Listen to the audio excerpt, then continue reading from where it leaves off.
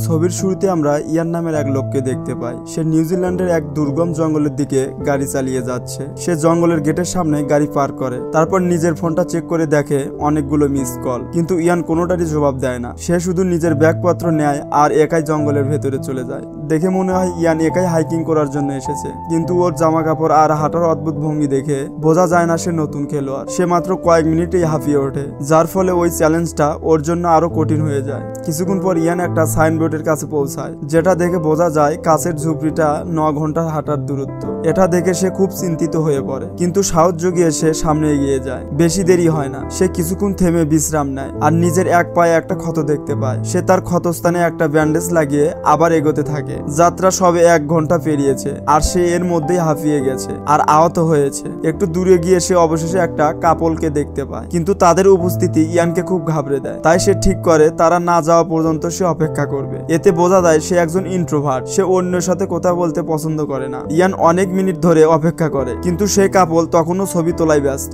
তাই সে ঝোপঝাড়ের মধ্য দিয়ে একটা চক্কর কাটে আর নজরে আসার আগেই সেখান থেকে পালিয়ে যায়। পরের দৃশ্য ইয়ান একটা আরামদায়ক জায়গায় বসে আর কিছু খাওয়ার সিদ্ধান্ত নেয়। যেই সে বিস্কুটের প্যাকেট খোলে, নিকি নামের এক হাইকার সেখানে চলে আসে। নিকি খুব বেশি কথা বলে আর অনেক অপ্রয়োজনীয় প্রশ্ন করে। ইয়ান, যে আগে থেকেই খুব অস্থির আর ঘাবড়ানো, ঠিক মতো জবাব দিতে পারছে না। সে শুধু উঠে যাওয়ার প্রস্তুতি নেয়, কিন্তু নিকি কোনোভাবে তাকে সাথে নিয়ে যেতে রাজি করিয়ে নেয়। যখন তারা দুজন হারছে, নিকি অনবরত অপ্রয়োজনীয় কথা বলে যায়। মনে হয় যেন সে নিজের সাথেই কথা বলছে, কারণ ইয়ানের একটা শব্দ বলারও সাহস হয় না। কিছুক্ষণ পর ইয়ান বলে তার প্রাকৃতিক ডাকে সাড়া দেওয়ার দরকার আর সে একটু প্রাইভেসি চায়, কিন্তু নিকি শুধু অন্যদিকে ঘুরে যায়, কারণ সে চায় না ইয়ান পালিয়ে যাক। আরো অনেক ঘন্টা হাঁটার পর তারা দুজনে অবশেষে কেবিনে পৌঁছে যায়। ইন্ট্রোভার্ট ইয়ান আরেকবার পালানোর চেষ্টা করে। সে বলে যে সে পরের কেবিন পর্যন্ত যাবে, কিন্তু যখন নিকি বলে যে এটা একদিনের হাঁটার দূরত্ব, তখন সে অনিচ্ছা সত্ত্বেও তার পরিকল্পনা বদলে ফেলে। অবশেষে তারা কেবিনে ঢোকে, যেখানে আগে থেকেই মনিকা আর অস্টিন নামের সেই কাপল উপস্থিত থাকে।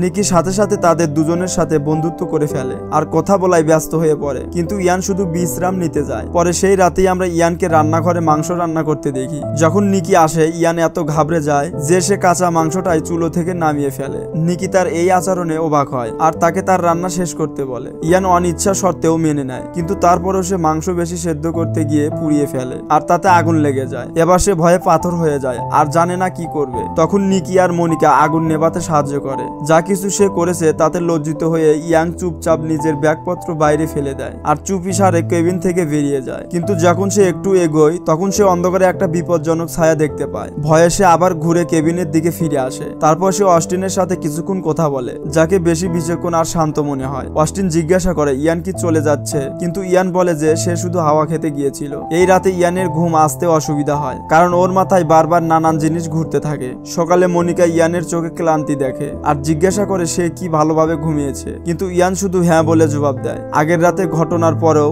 নিকি একদম রাগ করেনি। সে খুশিতে জানায় যে তারা 4 জন বাকি রাস্তায় একসাথে যাবে। ইয়ান এই কথায় বিপক্ষে ছিল, কারণ সে কথা বলতে ভয় পায়। কিন্তু যখন নিকি তাকে ক্ষত থেকে বাঁচানোর জন্য হাইকিং সক্স দেয়, তখন সে তার সিদ্ধান্ত বদলে ফেলে। এরপর গ্রুপ নিজেদের জিনিসপত্র প্যাক করে আর জঙ্গলে ঘোরার জন্য রওনা হয়ে যায়। সবাই নিজেদের গল্প আর অভিজ্ঞতা শেয়ার করতে থাকে, শুধু ইয়ান ছাড়া। সে শুধু পরের গন্তব্যে পৌঁছাতে চায় আর এই অদ্ভুত লোকদের থেকে মুক্তি পেতে চায়। একসময় মনিকা তাকে নিজের ফোন দেয় আর বলে তার সাথে একটা সেলফি তুলতে। ইয়ান এতে স্বস্তিতে পড়ে, কিন্তু তারপরও তার জন্য সেলফিটা তুলে নেয়। পরে তারা নদীর ধারে কিছু খাওয়ার জন্য একটা ছোট্ট ব্রেক নেয়। স্বামী স্ত্রী দুজন কথা বলতে থাকে যে তারা জঙ্গলে কোনো পাখি দেখেনি, যেটা একটু অদ্ভুত ব্যাপার। তারপর অস্টিন উল্লেখ করে যে সে আগের দিন একটা মরা প্রাণী দেখেছিল, কিন্তু সে জানতে পারেনি সেটা কি ছিল। এটা শুনে ইয়ান আবার গভীর চিন্তায় ডুবে যায়, কিন্তু গ্রুপের সাথে সাথে টপিক বদলে ফেলে আর তার ব্যক্তিগত জীবন সম্পর্কে জিজ্ঞাসা করে। ইয়ান ইতস্তত করে জানায় যে সে একবার বিবাহিত ছিল, কিন্তু এখন সে সিঙ্গেল। তারা তাকে আরো প্রশ্ন করার চেষ্টা করে, কিন্তু ইয়ান অজুহাত দেয় যে সে বাথরুমে যাবে আর জঙ্গলের ভেতরে চলে যায়। সেখানে সে একটা গাছে আঁচড়ের দাগ আর রক্ত দেখে। এটা দেখে ইয়ান খুব বেশি ভয় পেয়ে যায়, তাই সে সাথে সাথে নিজের গ্রুপের কাছে ফিরে আসে। তারপর যা কিছু সে দেখছে তা তাদের জানায়, কিন্তু তারা শুধু এটা মনে করে যে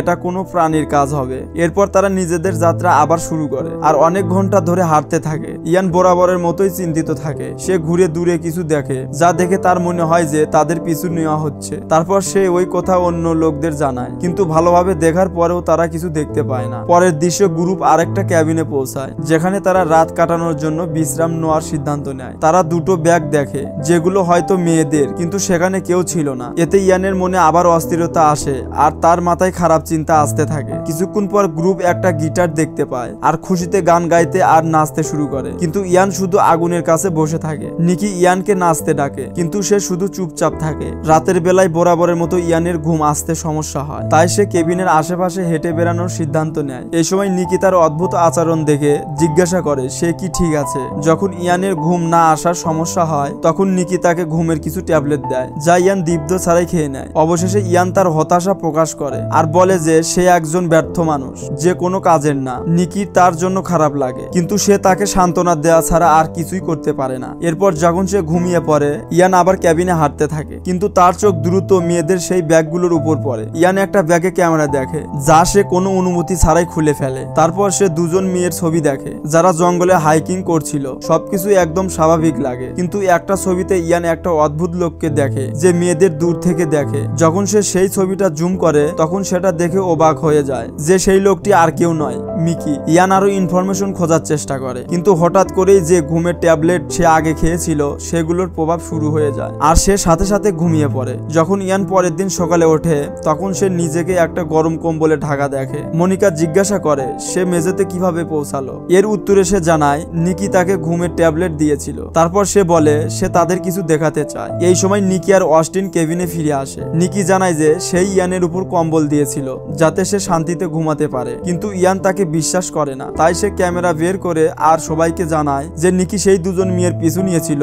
দুর্ভাগ্যবশত ক্যামেরার ব্যাটারি শেষ হয়ে গিয়েছিল। এরপরেও ইয়ান দাবি করে যে নিকি সেই দুজন মেয়েকে খুন করেছে, যে তাকে আগের রাতে ড্রাগস দেওয়া হয়েছিল, কারণ সে সত্যের কাছাকাছি চলে এসেছিল। নিকি রেগে যায়, কারণ সে বুঝতে পারে না যে এসব বোকামি অভিযোগ কোথা থেকে এলো। কিন্তু পরিস্থিতি খারাপ হওয়ার আগেই সেই হাইকার মেয়েরা হঠাৎ কেবিনে এসে যায়, যার ফলে পুরো রহস্যটা সমাধান হয়ে যায়। এই লজ্জার পর ইয়ান নিজের জিনিসপত্র প্যাক করে আর চুপচাপ কেবিন থেকে বেরিয়ে যায়। কিন্তু আরেকবার তার মন বদলে যায়, কারণ সে জানে যে সে নিকির সাথে অন্যায় করেছে। সে তার বন্ধুর কাছে ফিরে আসে আর তার কাছে ক্ষমা চায়। আর অবাক করার বিষয় হলো নিকির সাথে সাথে তাকে ক্ষমা করে দেয় আর এমন আচরণ করে যেন কিছুই হয়নি। কিছুক্ষণ পরেই সেই চারজনের গ্রুপ কেবিন থেকে বেরিয়ে আসে আর তাদের হাইকিং চালিয়ে যায়। তারা দ্রুত একটা মোড়ে পৌঁছায়, যেখানে দুটো রাস্তা আছে। একটা রাস্তা অসাধারণ একটা ঝর্ণার দিকে যায় আর অন্যটা জঙ্গলের দিকে। এতে গ্রুপটা বিভক্ত হয়ে যায়, কারণ কাপলটা ঝর্ণা দেখতে চায় আর নিকি ও ইয়ান জঙ্গলে হাইকিং করতে চায়। অবশেষে তারা নিজেদের পথে যায় আর পরের কেবিনে দেখা করার সিদ্ধান্ত নেয়। তারপর নিকি আর ইয়ান ঘন জঙ্গলে হাঁটতে শুরু করে।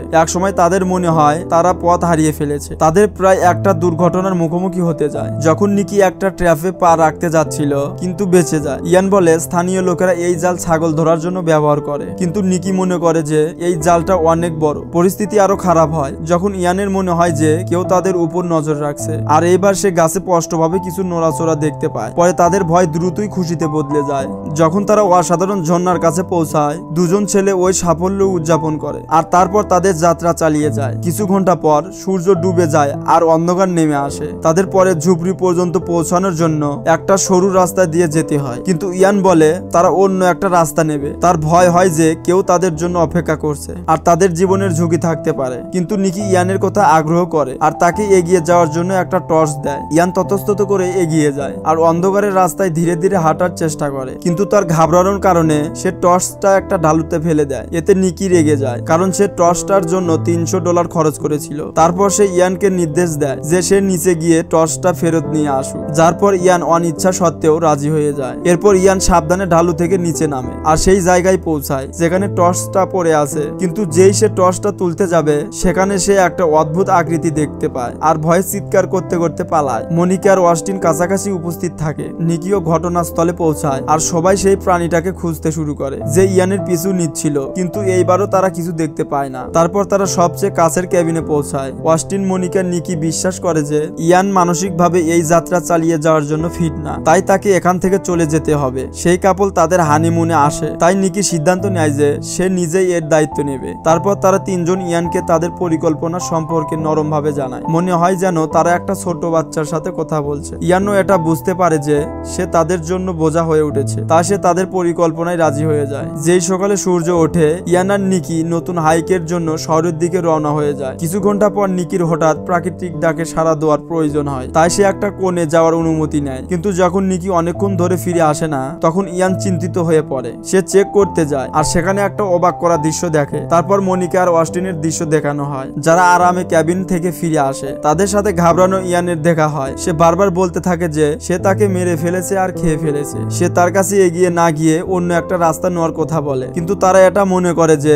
ইয়ান পাগল হয়ে গেছে। যখন ইয়ান অনবরত তাদের সেই দিকে যেতে বাধা দেয়, তখন অস্টিন তার উপর ছুরি ধরে আর বলে সে যেন তার থেকে দূরে থাকে। এরপর মনিকা আর অস্টিন জঙ্গলের গভীরে যায় আর তারা সেই একই জায়গায় পৌঁছায় যেখানে নিকিকে মারা হয়েছিল। কিন্তু এটা একটা বড় ভুল প্রমাণিত হয়, কারণ হঠাৎ করেই মনিকাকে কোনো বিপজ্জনক জিনিস নিজের দিকে টেনে নেয়। অস্টিন ঘাবড়ে গিয়ে মনিকাকে খুঁজতে দৌড়ায়, কিন্তু আরেকবার সেই ইয়ানের সাথে দেখা হয়। ইয়ানকে খুনি ভেবে অস্টিন তার উপর হামলা করতে শুরু করে, কিন্তু হঠাৎ থেমে যায় যখন সে দূরে তার স্ত্রীর কাটা লাশ দেখতে পায়। অস্টিন আনকন্ট্রোলেবল ভাবে কাঁদতে শুরু করে আর আবার ইয়ানের উপর হামলা করার চেষ্টা করে, কিন্তু তার পা একটা ট্র্যাপে ফেসে যায়। আর তখনই অবশেষে খুনির সামনে চলে আসে। এটা একটা অনেক বড় আর ভয়ঙ্কর পাখি সদৃশ্য প্রাণী। তারা দুজন ভয়ে জমে যায় আর তারপর দ্রুত কেবিনের দিকে দৌড়ে যায় আর সব দরজা জানালা বন্ধ করে ফেলে। এখন যেহেতু অস্টিন গুরুতর আহত, কাপুরুষ ইয়ানের উপর এই দায়িত্ব আসে যে সে তাদের রক্ষা করবে। সে যত বেশি অস্ত্রশস্ত্র জড়ো করতে পারে করে নেয়, যাতে সেই ভয়ঙ্কর প্রাণীটার মোকাবেলা করতে পারে। সে অস্টিনকেও বিশ্বাস করায় যে তারা দুজন জীবিত থাকবে, কিন্তু অস্টিন বেশি আশাবাদী মনে হয় না। তখন সেই প্রাণীটা সামনে চলে আসে। সে দরজায় অনেকবার জোরে জোরে ধাক্কা মারে আর অবশেষে সেটা ভেঙে ফেলে। এখানে স্পষ্টভাবে দেখা যায় যে এটা একটা অনেক বড় পাখি, যেটা হয়তো মানুষ খায়। সবার আগে সেই প্রাণীটা অস্টিনের মাথায় তার ধারালো ঠোঁট দিয়ে ছিদ্র করে দেয়, যার ফলে সে সাথে সাথে মারা যায়। কিন্তু যখন ইয়ানের পালা আসে, তখন সে জোরালো ভাবে লড়াই করে। ইয়ানকে সবসময় একজন ব্যর্থ মানুষ ভাবা হতো, কিন্তু সে এক দারুণ লড়াই করে। সে সেই ভয়ঙ্কর পাখিটাকে ঘাড় থেকে ধরে ফেলে, নিজের আঙ্গুল তার চোখে ঢুকিয়ে দেয় আর পুরো শক্তি দিয়ে তার গলা টিপে ধরে, এমনকি সেই পাখিটা নড়াচড়া করাও বন্ধ করে দেয়। অবশেষে সেই ভয়ঙ্কর পাখিটা মারা যায় আর ইয়ান সেখানেই বসে শান্তিতে নিঃশ্বাস নেয়। পরের দৃশ্যে রক্ত মাখামাখি ইয়ান মেঝেতে বসে জোরে কাঁদতে শুরু করে, যখন তার মনে হয় যে তার ভয় অবশেষে শেষ হয়েছে। কিন্তু তারপর হঠাৎ তার মুখে রক্তর কিছু ফোঁটা পড়ে আর সে এটা দেখে শক হয়ে যায়। সেই হাইকার মেয়েদের মধ্যে এক মেয়ের লাশ গাছে ঝুলে আছে। তারপর ইয়ান দূরে আর একটা পাখি দেখে আর একটা বাসায় রাখা বড় বড় ডিমও দেখে, যা এটা প্রমাণ করে যে